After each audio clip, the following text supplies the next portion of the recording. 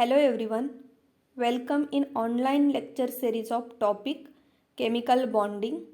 In this lecture, we are going to discuss limitations of octet rule. In my last lecture, I discussed octet rule and their examples. Okay, so what octet rule tells us? Octet rule tells us that atoms and molecules are stable if their outermost shell contain 8 electrons. Means if its octet is complete, then it is stable. But still there are some limitations for octet rule because some molecules or some atoms are stable or exist even the valence shell does not contain 8 electron. Okay, octet रूलने काय सांगितलं होतं? Octet रूलने असं सांगितलेलं की atoms किंवा molecules stable असतात. कधी स्टेबल असतात? जर त्यांच्या आउटरमोस्ट शेलमध्ये 8 इलेक्ट्रॉन्स असतील तर, म्हणजे त्यांचं ऑक्टेट कंप्लीट असेल तर, त्यांचं इलेक्ट्रॉनिक कॉन्फिगरेशन सिमिलर असेल कोणाशी? नियरेस्ट नोबल गॅसशी. पण काही मॉलिक्युल्स असे आहेत, असे एक्झिस्ट करतायत काही मॉलिक्यूल किंवा ॲटम की त्यांच्या व्हॅलन्स शेलमध्ये 8 इलेक्ट्रॉन नाही आहेत, म्हणजे त्यांचं ऑक्टेट कंप्लीट नाही आहे, but still they are exist and still they are stable. Okay, so आपण ह्या लिमिटेशन्स, ते कोणते असे मॉलिक्युल्स आहेत की जे ऑक्टेट रूल ओबे करत नाहीत बट स्टील दे एक्झिस्ट, आपण बघणार आहोत. सो बघूया कोणकोणत्या लिमिटेशन्स आपण डिस्कस करणार आहोत. Incomplete octet. सम मॉलिक्युल्स असे आहेत की ज्यांचं ऑक्टेट इनकम्प्लीट आहे. म्हणजे काय असणार आहे? Incomplete octet means what? त्यांच्या ऑक्टेटमध्ये नॉट ऑक्टेटमध्ये त्यांच्या व्हॅलन्स शेलमध्ये 8 इलेक्ट्रॉन्स नसणार. काय असतील? 8 पेक्षा कमी इलेक्ट्रॉन्स असतील. ओके, देन एक्सपांडेड ऑक्टेट म्हणजे ऑक्टेट काय असेल? ऑक्टेटपेक्षा त्यांच्या व्हॅलन्स शेलमध्ये इलेक्ट्रॉन्स जास्त असतील.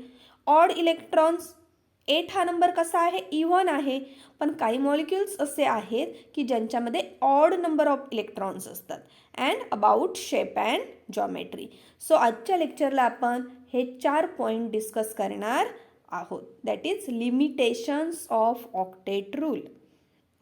So first limitation or first example is molecules with incomplete octet. In these molecules, the central atoms have less than 8 electrons in their valence shell but are stable. Okay, याच्यामध्ये काय सांगितले बघा? असे molecules, incomplete octet म्हणजे असे molecules की ज्यांच्यामध्ये लेस than 8 electrons असतात. इनकम्प्लीट ऑक्टेट म्हणजे ऑक्टेट कंप्लीट नसतं. ऑक्टेट होण्यासाठी किती इलेक्ट्रॉन्स पाहिजेत? 8. पण 8पेक्षा कमी इलेक्ट्रॉन्स असतात त्यांच्या व्हॅलन्स शेलमध्ये, पण तरीही ते काय असतात? स्टेबल असतात. मग असे कोणते एक्झाम्पल्स आहेत बघूया. ओके, BF3 हा एक मॉलिक्यूल आहे. Okay, BF3 central metal item कोणता आहे? याच्यामधला सेंट्रल ॲटम कोणता? बोरॉन आहे. ओके, बोरॉनच्या व्हॅलन्स शेलमध्ये किती इलेक्ट्रॉन्स असतात?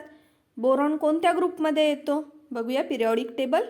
Okay, see here periodic table boron. Okay, किती नंबरचा ग्रुप आहे हा? 13 नंबरचा ग्रुप आहे. सो बोरॉनमध्ये किती इलेक्ट्रॉन असणार आहेत? व्हॅलन्स शेलमध्ये 3 इलेक्ट्रॉन. पिरियॉडिक टेबल कशासाठी बघूया म्हटलं मी? तुम्हाला एक ट्रिक सांगणार आहे, म्हणजे तुमच्या लक्षात येईल की व्हॅलन्स शेलमध्ये किती इलेक्ट्रॉन्स आहेत ते कसं डिसाईड करायचं. प्रत्येक वेळी इलेक्ट्रॉनिक कॉन्फिगरेशन लिहत बसण्याची गरज नाही आहे. तुम्ही इलेक्ट्रॉनिक कॉन्फिगरेशनवरून सुद्धा काढू शकता व्हॅलन्स शेलमध्ये किती इलेक्ट्रॉन्स आहेत. पण पिरियॉडिक टेबल मी याच्यासाठी दाखवले की मला तुम्हाला इथे काहीतरी सांगायची आहे एक ट्रिक. काय आहे ती? तर ग्रुप फर्स्टसाठी, ग्रुप फर्स्टमधल्या म्हणजे या सगळ्या एलिमेंट्सच्या व्हॅलन्स शेलमध्ये 1 इलेक्ट्रॉन असतो, हे लक्षात ठेवा.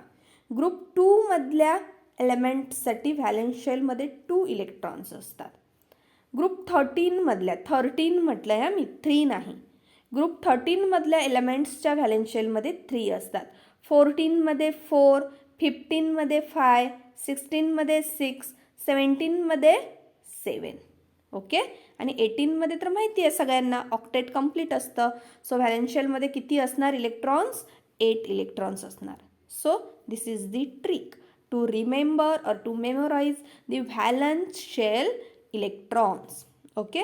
या ग्रुपबद्दल हे जे इथे ग्रुप्स आहेत कुठून कुठपर्यंत group number 3 to group number 12 याच्याबद्दल मी ट्रिक सांगितलेली नाही आहे. ओके. सो ही जी ट्रिक आहे ती या ग्रुपसाठी अप्लाय होत नाही. मी कुठून कुठपर्यंत ट्रिक सांगितली? Group number 1, group number 2, then group number 13 to 18 पर्यंत. ग्रुप नंबर 1 मधल्या एलिमेंट्ससाठी व्हॅलेन्स शेलमध्ये 1 इलेक्ट्रॉन असतो. ग्रुप नंबर 2 मध्ये 2 इलेक्ट्रॉन्स असतात.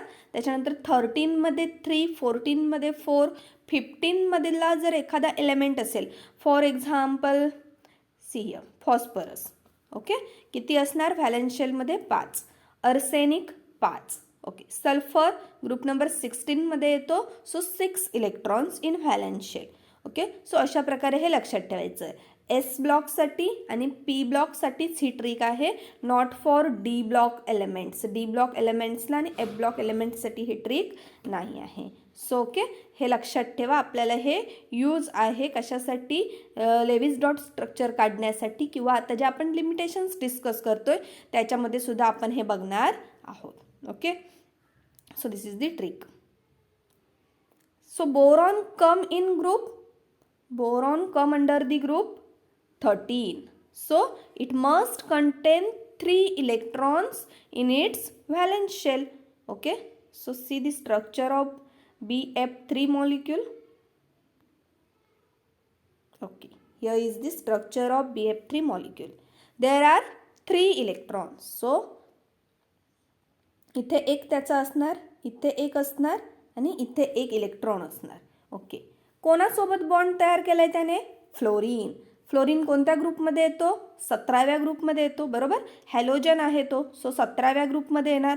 17व्या ग्रुपमधल्या एलिमेंट्सच्या व्हॅलेन्स शेलमध्ये किती इलेक्ट्रॉन्स असणार? 7 असणार. बघूया 7 आहेत का? 2, दिस 2, दिस 2 आणि इथे एक असणार ना.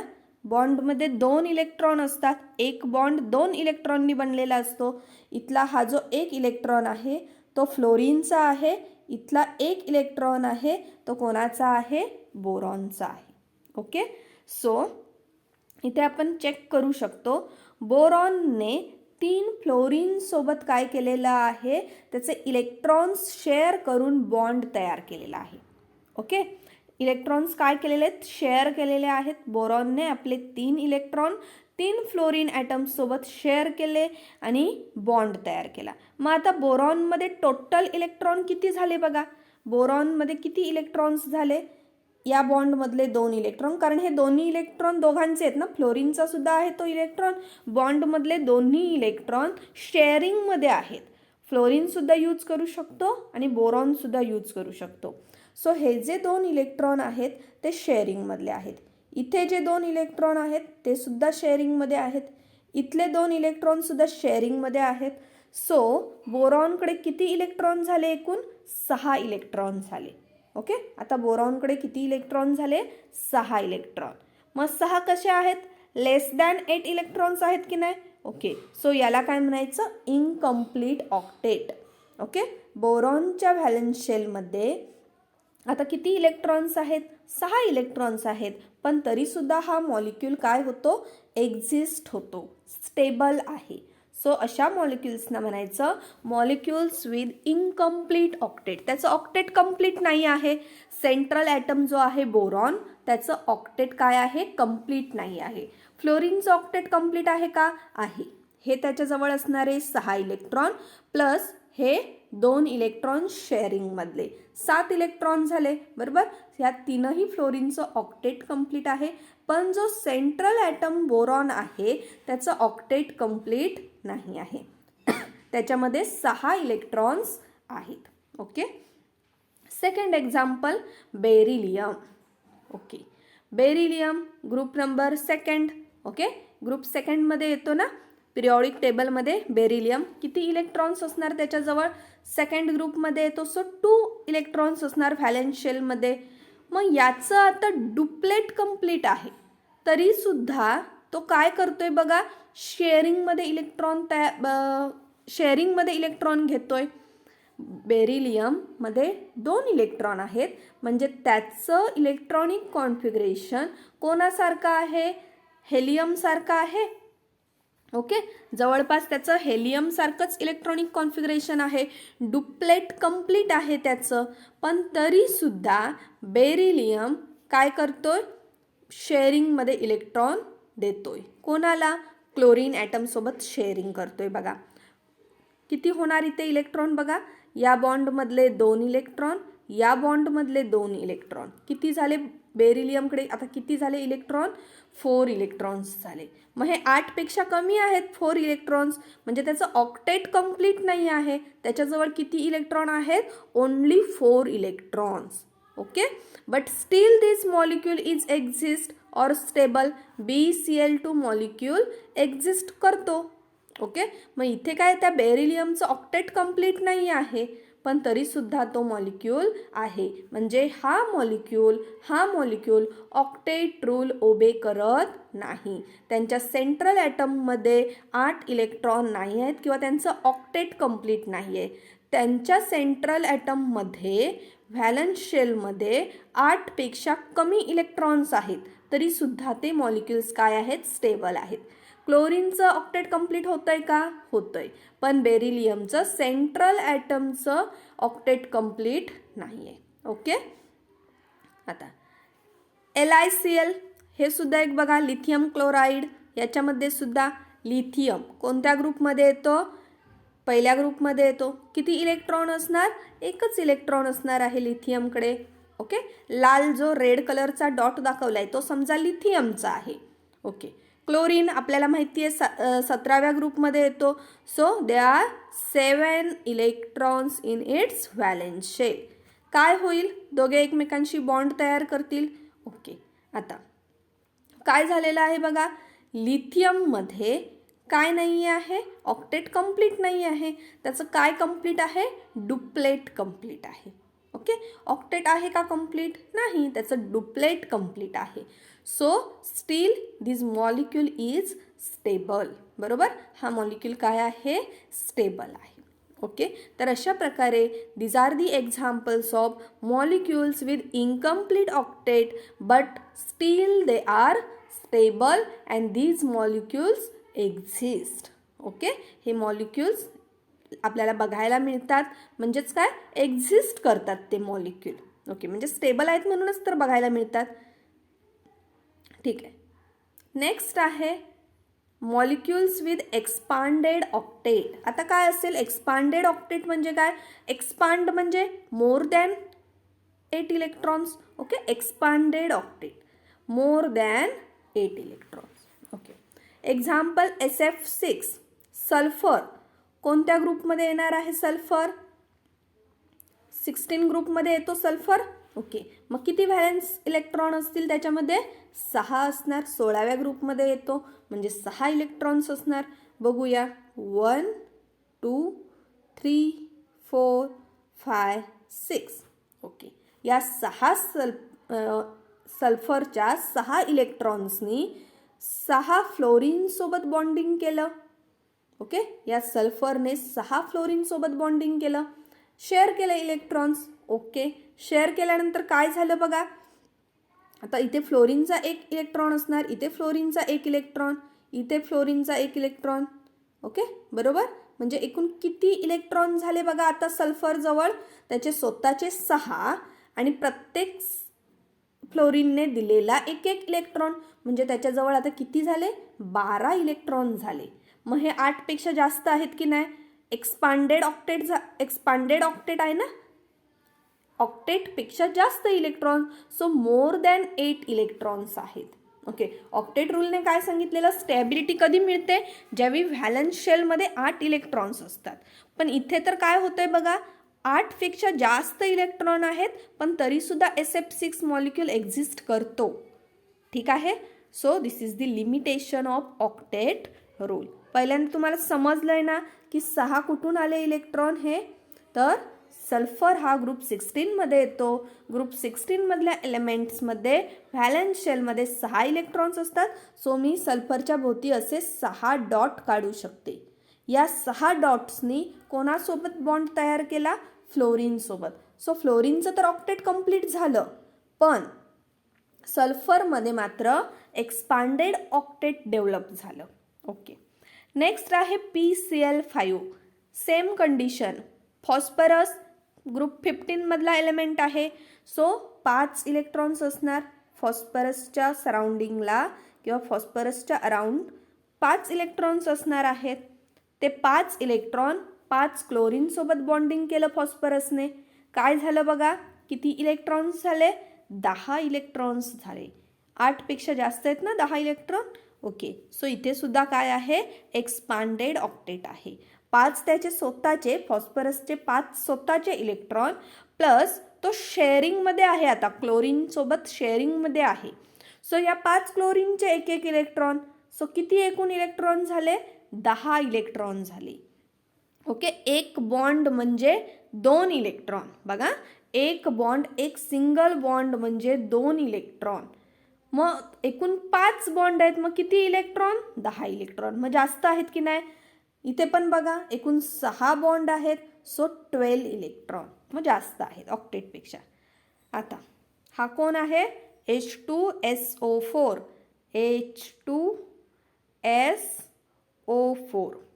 ओके, तर हा सुद्धा एक्सपांडेड ऑक्टेट दाखवतो. चेक करूया एक्सपांडेड ऑक्टेट दाखवतो का. सल्फर आत्ताच बघितलं कोणत्या ग्रुपमधला आहे एलिमेंट? 16 ग्रुपमधला आहे. सो किती असणार व्हॅलन्स शेलमध्ये इलेक्ट्रॉन्स? 6 असणार. ओके, बघूया. हे इथे 2, इथे 2, 4 झाले आणि इथे 2. किती झाले? 6 इलेक्ट्रॉन्स आहेत सल्फरचे. ओके, 2 काय केलेत त्याने? डबल बॉन्डमध्ये लावले आहेत. इथे 2, इथे 2, 4 झाले आणि या ऑक्सिजनसोबत एक एक बॉन्ड तयार करायला एक एक इलेक्ट्रॉन लावला. ओके, मग 6 इलेक्ट्रॉन्स आहेत सल्फरचे. पण शेअरिंगमधले इलेक्ट्रॉन बघा, इकडून 2 इलेक्ट्रॉन असणार ना ऑक्सिजनचे, इकडून पण 2 इलेक्ट्रॉन असणार ऑक्सिजनचे, इकडून 1 इलेक्ट्रॉन, इकडून 1 इलेक्ट्रॉन. एकूण आता इलेक्ट्रॉन किती झाले? पहिले 6 आणि आत्ताचे 6 म्हणजे किती झाले? 12 इलेक्ट्रॉन झाले. म्हणजे काय झालं? ऑक्टेट काय झालं? एक्सपांड झालं. पण H2SO4 मॉलिक्यूल तर स्टेबल आहे. ओके, सो हा मॉलिक्यूल काय करत नाही? ऑक्टेट रूल फॉलो करत नाही. It does not obey the octet rule and shows expanded type of octet. Okay, next limitation number 3, that is odd electrons molecules. In these molecules the central atoms have odd number of electrons. Okay, odd number of electrons म्हणजे काय? 7 नंतर 5, 3 हे कसे आहेत number? Odd आहेत. Okay, 8 म्हणजे काय झाला? इव्हन नंबर झाला. सो काही मॉलिक्युल्स असे आहेत की ज्यांच्यामध्ये ऑड नंबर ऑफ इलेक्ट्रॉन्स आहेत. बघूया एक्झाम्पल. Nitric oxide NO. बघा, नायट्रोजन किती इलेक्ट्रॉन्स असणार आउटरमोस्ट शेलमध्ये? 15व्या ग्रुपमध्ये येतो नायट्रोजन. So 5 electron. बघू, हे 2 इलेक्ट्रॉन, हा 1 इलेक्ट्रॉन आणि इथले 2. किती झाले? 5 इलेक्ट्रॉन झाले. ओके, आता आणि इथले 2 इलेक्ट्रॉन, इथले 2 इलेक्ट्रॉन ऑक्सिजनने दिलेले, ऑक्सिजन सोबत शेअरिंगमध्ये असलेले, हे पण त्याचेच असणार ना. ओके, बघा, हे 2 इलेक्ट्रॉन हा यूज करतोय, शेअरिंगमध्ये आहेत. आणि हे 2 इलेक्ट्रॉन हा पण यूज करू शकतो, शेअरिंगमध्ये आहेत ते इलेक्ट्रॉन. सो इथे काय होईल बघा. आता नायट्रोजनकडे किती झाले इलेक्ट्रॉन? हे 2, हे 2, हे 2, 6 आणि हा 1, 7. So odd number of electrons. Okay, got it. Okay, आता ऑक्सिजनचं कंप्लीट आहे का बघूया ऑक्टेट.